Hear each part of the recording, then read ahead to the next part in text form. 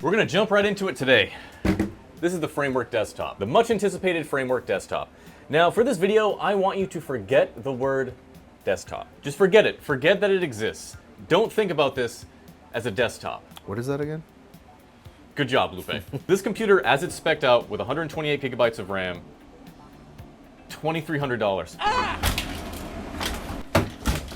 Now don't click off yet, because it's not Framework's fault that the APU costs so much money. Because all the other mini PCs, there's about 15 mini PCs right now that use the same APU, similarly priced. Other mini PCs are around $2,000. Though the base model with the Ryzen Max 385 does start at $1,099, granted you have to bring your own NVMe, OS, and CPU fan. But who even wants a desktop with soldered CPU and RAM? Well, It's meant for AI or local LLMs. Now I know I use the word AI and I joke about AI, everything's AI this, AI that. This is for local LLMs that people actually use. Why would you spend $2,000 on something like this? And it's the reason, after using this thing and being so impressed by it, it's fucking nice, man. This thing has opened my mind to how far we've actually come in terms of efficiency. It's efficient. It is very efficient. Yes, you can get something more powerful for $2,000. Can you get something as a power efficient for $2,000 in this form factor with a heatsink, a desktop heatsink, and this temperature? No. Can you get one that has modular ports in the front? There's 2 modular ports? No. And it also has a PCIe 4x4 port. You can't use it in this case, but because it's a mini ITX motherboard, you can just take it out and use it elsewhere.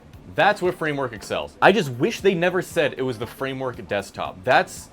I think they just pigeonholed themselves because everybody was expecting some sort of revolutionary kind of like Lego desktop, which, I mean, desktops already are Legos, right? It's pretty straightforward. They should have called it, in my opinion, they should have called it something else, like Frame Workstation or Framework with the AI or Framework Box.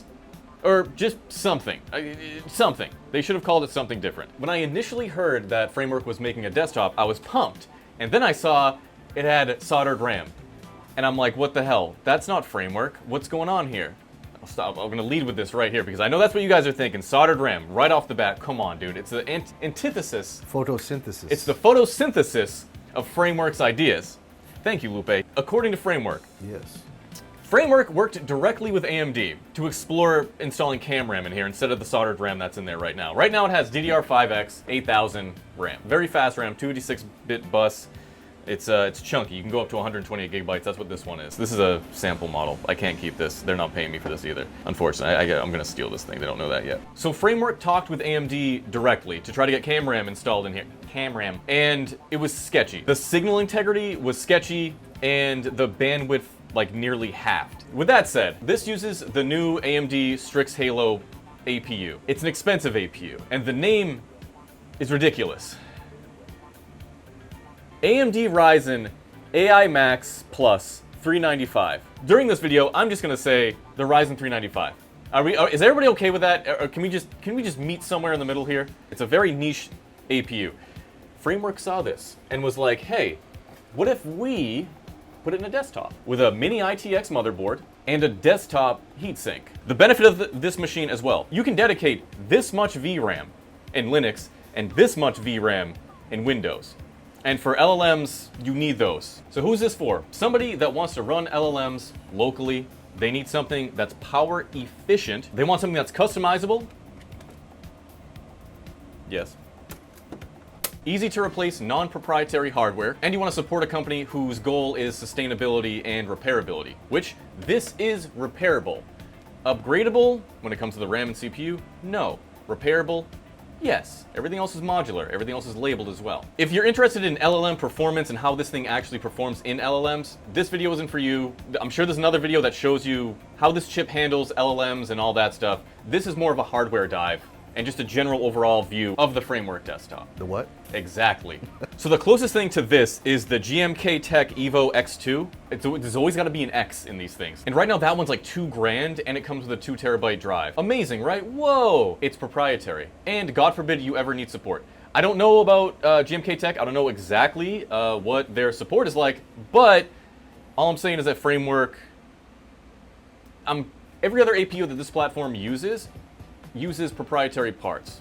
Nobody does it like this. And that's one of the benefits. That's who this is for. Somebody that wants to be able to customize this chip specifically. Now, what was it like unboxing it? Well, unboxing this took longer than the actual setup did. Framework are Tetris masters, and of course they managed to fit everything inside this tiny box. And in pure Framework fashion, everything has a QR code. The transparent panel, which was a $40 option, sits on top with the optional Noctua fan underneath, which was $29 extra. The handle was vertically tucked in the right side with directions printed on it. The accessory box has the power cord, which was a $5 option, along with the 21 black and red tiles I selected for the front panel. Now these tiles aren't included in the base price, and they cost $10 to $15 per pack of 7, depending on what type you get. You can 3D print your own or get ones with pre-printed designs as you see here. And because I'm special, they made me a tiny raccoon-like tile. The expansion cards aren't included by default either. I selected these ones during customization, and these are the prices of those. Now since this is a review unit, they included a ton of extras. Last up is the 2TB WD Black SN7100, and of course, the device itself. The case measures these dimensions and weighs this much. It also comes with stickers and a screwdriver that will allow you to service the entire device. And here's a before and after of all the things I unboxed, and the unfortunate pile of packaging that came from everything.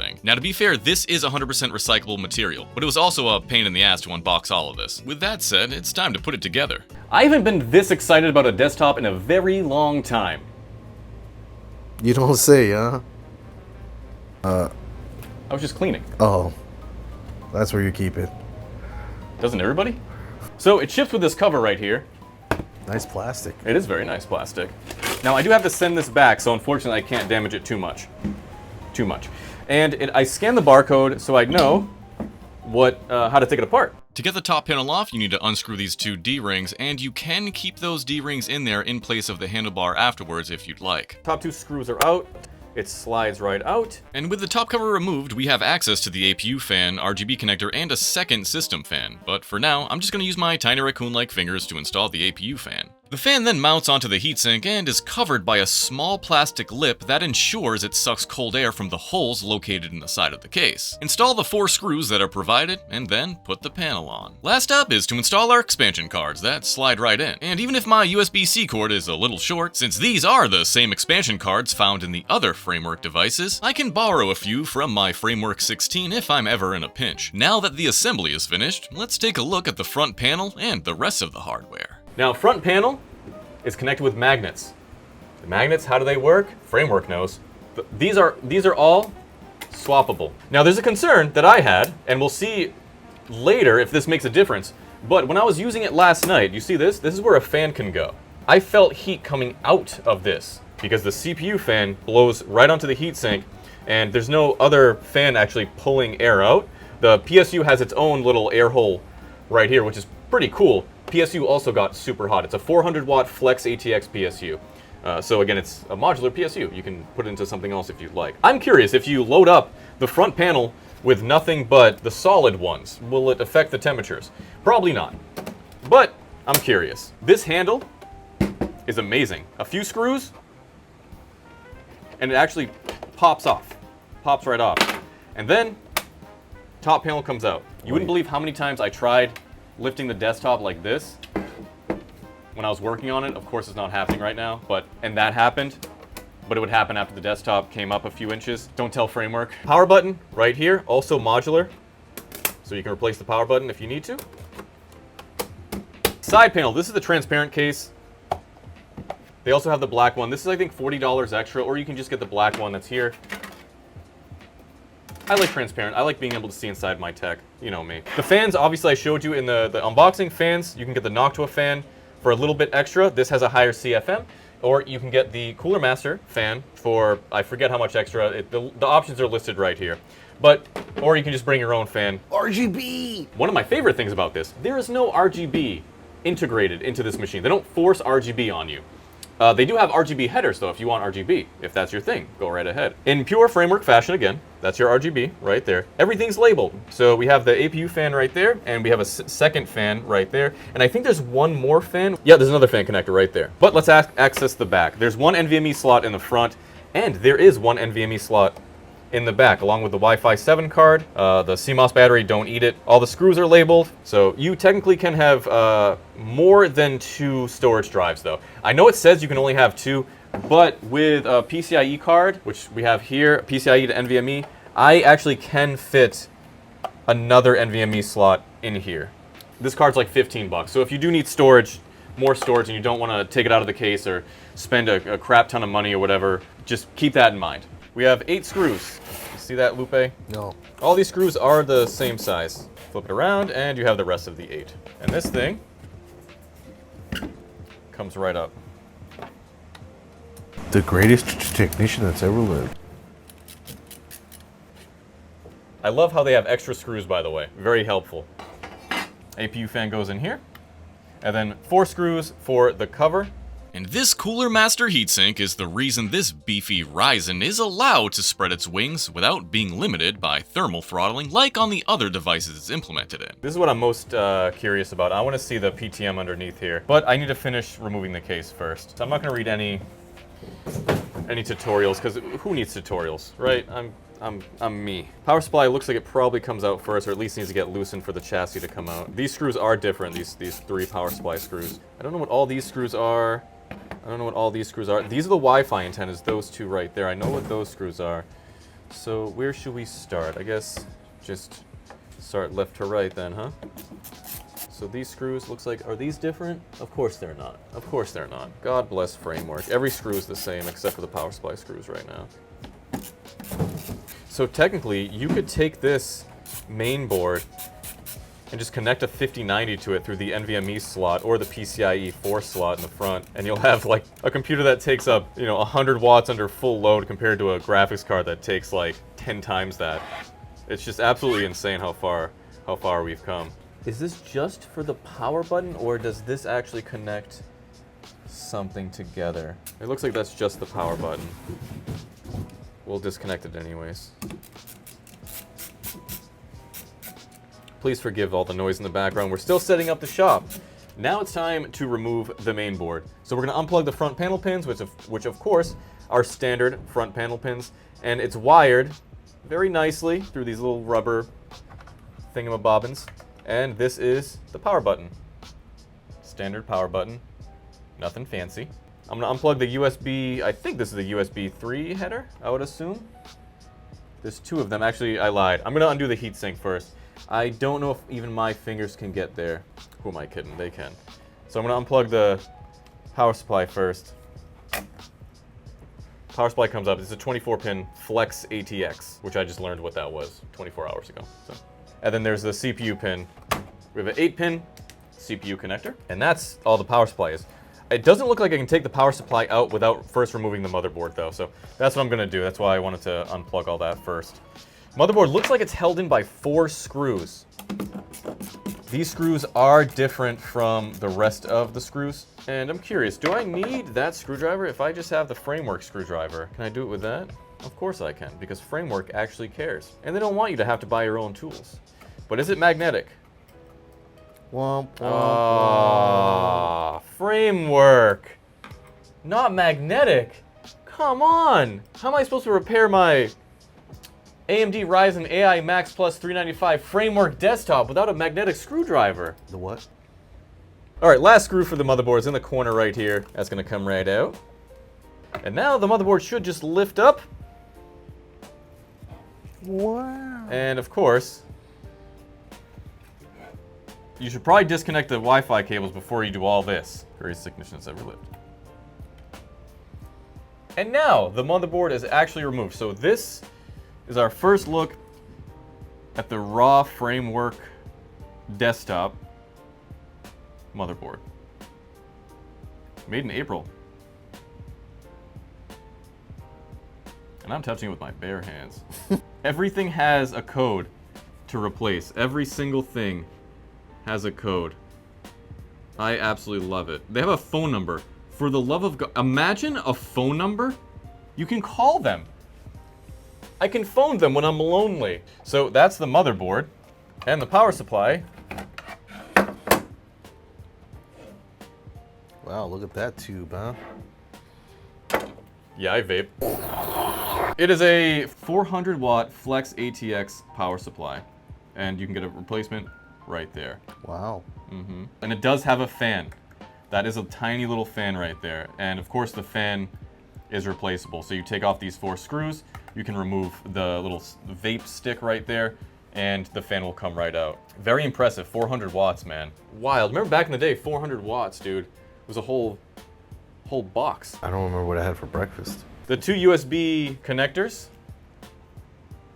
are also modular, of course, as you can see. And that's how to get off the bottom panel that I was struggling with. But when the framework's like this, you can put a GPU of some sort here. I have an SSD at home. I couldn't fit in there, a 16 terabyte SSD. If I just take the case off, I could fit that 16 terabyte SSD because it comes out a little right here. So I guess if you ever have storage issues and you do want to keep the framework, you can still use this. You will have to take it out of the case if you want to install something else to it. No other mini PC has a PCIe port like that. They have Oculink ports, maybe, but not a PCIe port like that. So shout out to Framework for that one. I'm very interested in this, of course, the heatsink, because this uses PTM 7958. Yes, 8 more than what I put on my refurbished laptops. All captive screws, which you'll love to see. Oh, let's get a peek-see. This is my first look at the AMD Ryzen AI Max Plus 395. That is it. Amazing. Absolutely amazing. So this is the RAM. So it looks like it's micron memory. And the star of the show, the AMD Ryzen AI Mouthful Plus. And finally, the part you've all been waiting for, how does it game? To test this, I took it home the night before the teardown and installed Bazite to get my Cyberpunk on. And holy shit. I understand why companies are marketing this APU as an AI gaming box. Because at high settings with 1440p and FSR 3.0 set to balanced, I never dropped under 60 FPS, and the benchmark had an average of 78.44 FPS. It did all this while consuming 100 watts under load and never going above 60C. That's insane. And for giggles, I installed Windows 11 to compare results, and as expected, the raw FPS was even better, coming in at 92.71 compared to the 78.44 on Bazite. But Bazite definitely played it smoother. Now I expect it to be even more now that FSR 4.0 was just released for Cyberpunk today, but I unfortunately don't have time to test it. But it's safe to say this can comfortably play any AAA game or emulator at 1440p when you're not using it to process models. As for the BIOS, well, it was pretty basic. You have the ability to control the fan speed and the other usual options, but here it is in case anyone sees something interesting that you want me to explore further. Now I'm used to my tiny office becoming as hot as Satan's apple while gaming, but this thing is so efficient, it felt weird not being covered in sweat by the time I was finished. And when I was finished, the handle proved itself useful while transporting it to my shop, so that's a nice touch on Framework's part. And now that we're back at the shop, it's time to give it some proper stress testing. The greatest technician that's ever lived. And it does have 2 display ports, 1 HDMI port, 2 USBs. These all output video. The front ones do not output video, so you can't output through USB-C in the front if you're going to try to do that. And I do have Windows 11 Pro installed on here right now. Now this APU runs so cool with this desktop heatsink. I don't even hear this fan half the time. Even when I was heavy gaming, I didn't know if the fan was on or not. So right away we'll open HW Info. So we're idling right now at 47 degrees. 47. Of course we just turned it on. But regardless, the fan isn't even on. Fan's not even on yet. That's how cool this thing runs, dude. So because of this big heatsink, it can unleash 120 watts that the APU is designed for. Where a lot of the other devices that have this same APU is limited to like a certain wattage because of the heat. It can also go to 140 temporarily. So right now we're running Steel Nomad and the fan just kicked on. So the fan wasn't on this entire time and it just kicked on. So we're probably around, I would guess, 80C or something like that. We'll see. I have HW Info in the background, so I'm curious what it is. But I just want to see how well the GPU kind of handles these tests. That's it. And that's with, I dedicated 32 gigabytes of the VRAM on this one out of the 128. So that's that. Of course, you know, it's an iGPU, so it's not going to be insane. But the iGPU is comparable to like a 4060, in between a 4060 and 4070. Impressive. The CPU, I'm curious how the CPU is going to do though. All right, so Cinebench R23, and we're disconnected from the Ethernet. On the other test we were too. Let's start this test. And ironically, the CPU fan shut off right before the test. The fan never spins. That's how friggin' efficient this thing is. Like, I hate repeating myself, but it's insane. There it is. That is fucking bananas. My 5800X, I know my 5800X is 5 years old, but it also runs at like 6,000 watts. And, you know, I had to undervolt it just to stop it from overheating. And this thing just got 35,000 multi-core, and the fan didn't even spin. It did spin, but like it's nuts, man. But for $2,000, it better be fucking nuts. You know what I'm saying? That's another thing. Let's see what the single core is. And now we have our single core test, 2030, MP 70.29. I'm not a test spurt. I'm not Salem test spurt either. So all these stress tests and stuff, you know me, I'm not used to this. So we've been running the stress test, the CPU-Z stress test for quite a few minutes now, like 10 minutes. And the package power has been at a consistent 99.9, sometimes it hits 100. The temperatures have been solid. It's under 70 degrees this entire time, with the fan barely spinning, and you can't even hear this thing. Can't even hear this thing. This is absolutely insane. I mean, this CPU, this AMD Ryzen AI Max Plus 395, really is the future of mobile computing. Straight up, it's impressive. I kind of see why you would want this as an LLM locally, so you can index your Pokedex. You can search for everything you need to search for. I'm curious though. Will the temps rise if I block this top panel with nothing but the solid tiles? Will the temps go up? Because you can feel the heat coming off of this thing right here. Like, it's blowing in my face. It tastes like Taiwan. So every single panel that's solid is going to come out, and I'm just going to put those at the top right here. So with the front panel off, the temps looks like they did go down 2 degrees. So that's curious, which makes sense because, again, I can feel it's blowing in my face right now. So if we put the panel back on, let's see, give it a few more minutes, see what happens. I think it'll be negligible anyways. Even if the temps do go up, I think it'll be negligible because this thing runs so cool anyways. I mean, less than 70 degrees Celsius under full load is absolutely insane. So it's been quite a few minutes of stress testing, and it capped out at like 72 max.